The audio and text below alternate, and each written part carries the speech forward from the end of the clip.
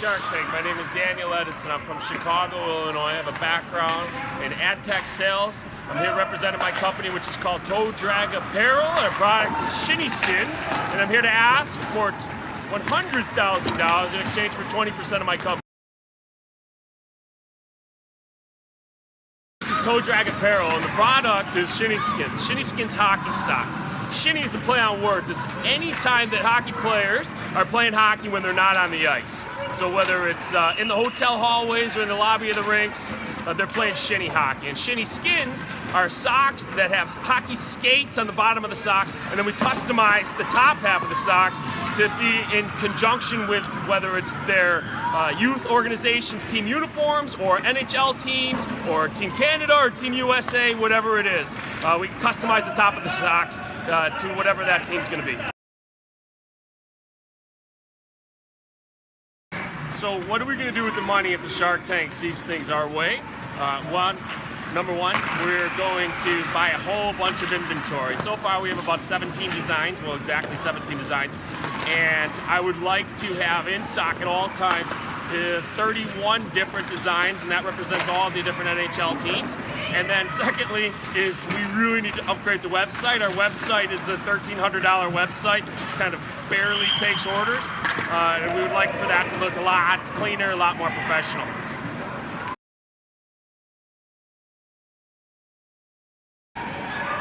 Shinny Skins hockey socks enable youth hockey players to wear their pride on their shins, right? So whether that's walking around with mom and dad at Target and they get to tell everybody, hey, I am a hockey player, or being at the lobby of the rinks with a whole bunch of other hockey teams, they go, listen up, this is what team I play for. Regardless, either way, we're enabling these youth guys to wear their pride on their shins.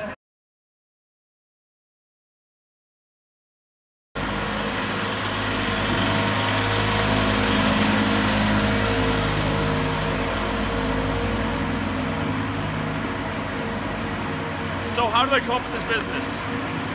It's a good question because it kind of happened on accident. I've long wanted to run a little business of my own, something to tinker with. And what I thought was going to happen was that I was going to cater what I identified as a open space, and that was for off-ice apparel for the former hockey player, the ex-hockey player. There's a lot of noise in that 17 to 25-year-old group. I try to go on some of those websites and buy, whether it's t-shirts, whatever it is, and it's just too noisy, too loud. I'm an old guy now, you know, and there's other guys like me, but we need subtle. So I thought that I was going to be going for what's trending up, right? Dress socks, hockey player dress socks. I thought I was going to be going into that, and then all of a sudden one of my designs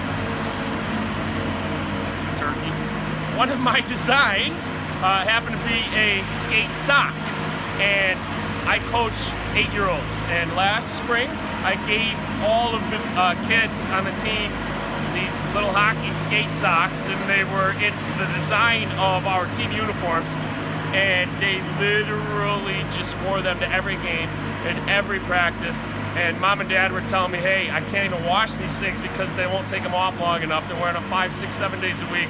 And I said to myself, holy smokes. Just like the Sharks always say, listen to the market. We listened to the market, and I said, you know what? I think that's our business. So from there was some other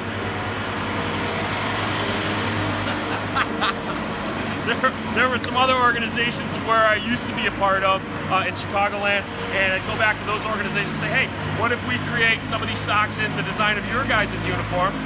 And that took off too. That took off just as quickly. We did that 2, 3, 4 times, and then all of a sudden, more organizations started calling and phoning in, hey, can we get our design? Can we get our design? Next thing you know, I'm driving an hour away for different games or tournaments, and I'm seeing kids running around hockey rink lobbies, kids I've never seen before, wearing Shinny Skins. And it got kind of bonkers. So next thing you know, we said, what if we start creating these? He's not going to do it again. Is he going to flick me off again, this turkey? All right. Yeah, shave the ice. Shave the ice. So we started making them in NHL teams. We started with, well, I should say NHL cities, Chicago, and Colorado and Arizona. And all of a sudden, fast forward just a few months, I'm shipping to every province on a daily basis. I'm shipping to 14, 15 states on a daily basis. This past week, I shipped to the United Kingdom, I shipped to Japan, shipped to Sweden. Things are getting crazy. We're in the largest, unofficially in the largest retail hockey pro shop in the world, and unofficially in the second largest also. Things are just happening really, really quickly.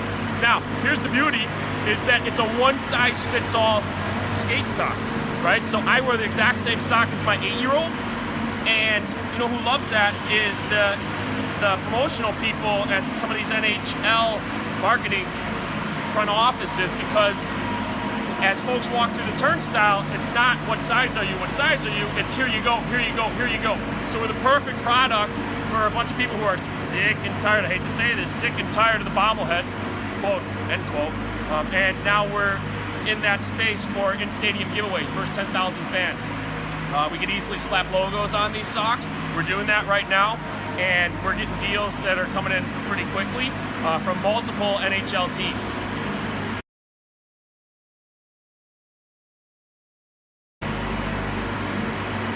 So everything that we've learned so far is that there is no IP protection on color schemes, and that's what we have. And I don't want to do more than that, right? So if the professional hockey team in Winnipeg doesn't have their logo on their socks, I don't want to have their logo on their socks because I would only be cheesing it out.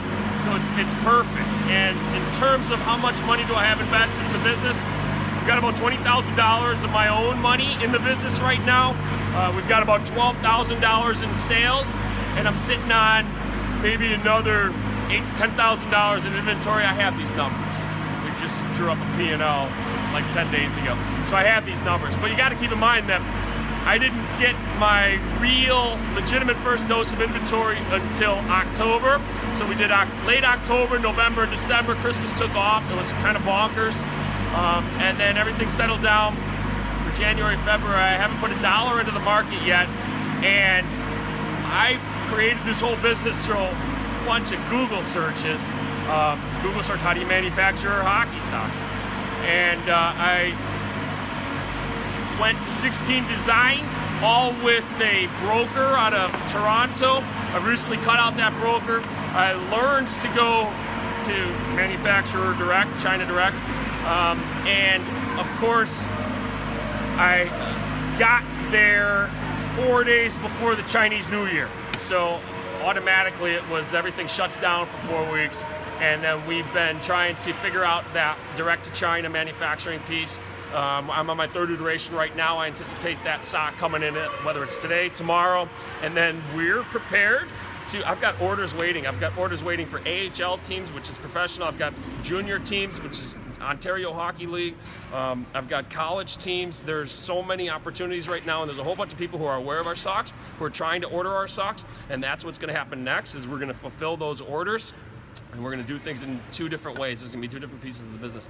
One is going to be, we're constantly going to stock all NHL cities. I can't say teams, I got to say cities. And then the other piece is going to be a self-serve function on the website, which doesn't exist today. Formerly, I've been fronting all of the money for some of the smaller orders, and the smaller order is like 200 pairs, 400 pairs. And now it's going to be a self-serve where you upload a picture of the sock that you need, the design that you need, pay for it on the spot. And then that'll be always a key function of the business, is the customization. So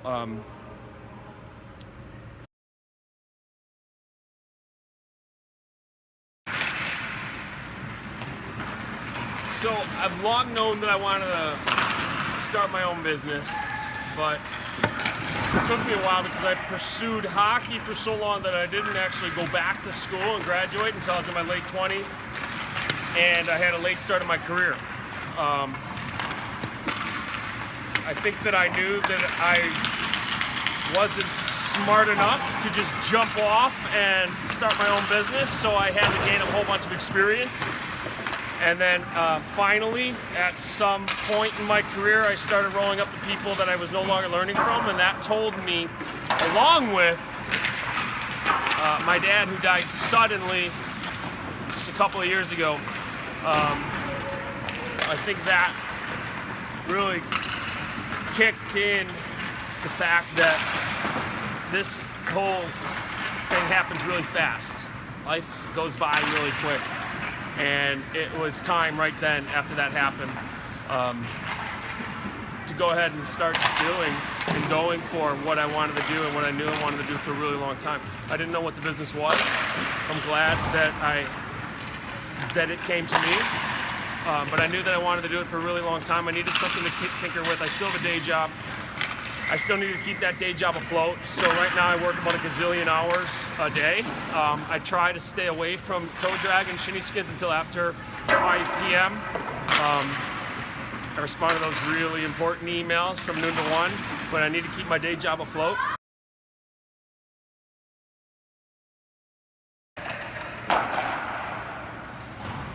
So the biggest reason I think that I wanted to run my own company and what I really want to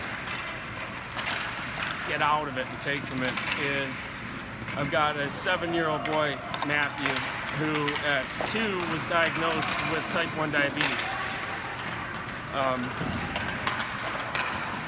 And diabetes sucks. And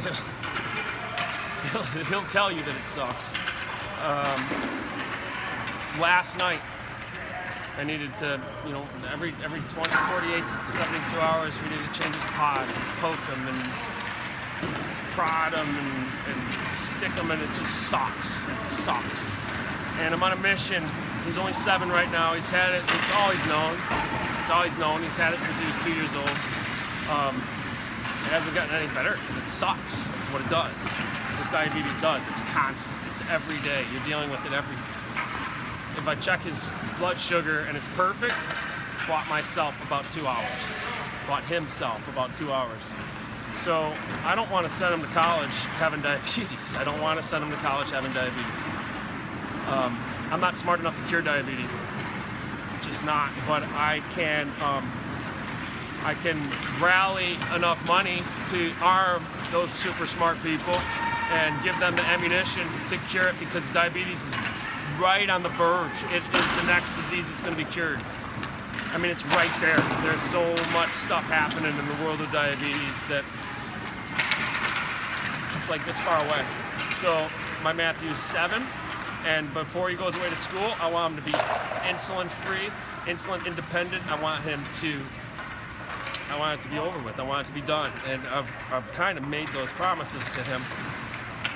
So that's what this business is going to do, is just like the golf outing that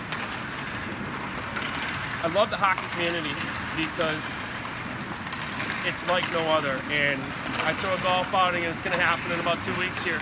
And it's a whole bunch of old hockey players and former hockey players who once played together, even if it was a million years ago, and they all come together. And we write a really big check to the Chicago Diabetes Project. And that's when we arm these really smart people who are fixing things and curing this disease. And that's what this business is going to do. This business is going to contribute major artillery to the good, smart folks who are going to solve this riddle of fucking diabetes.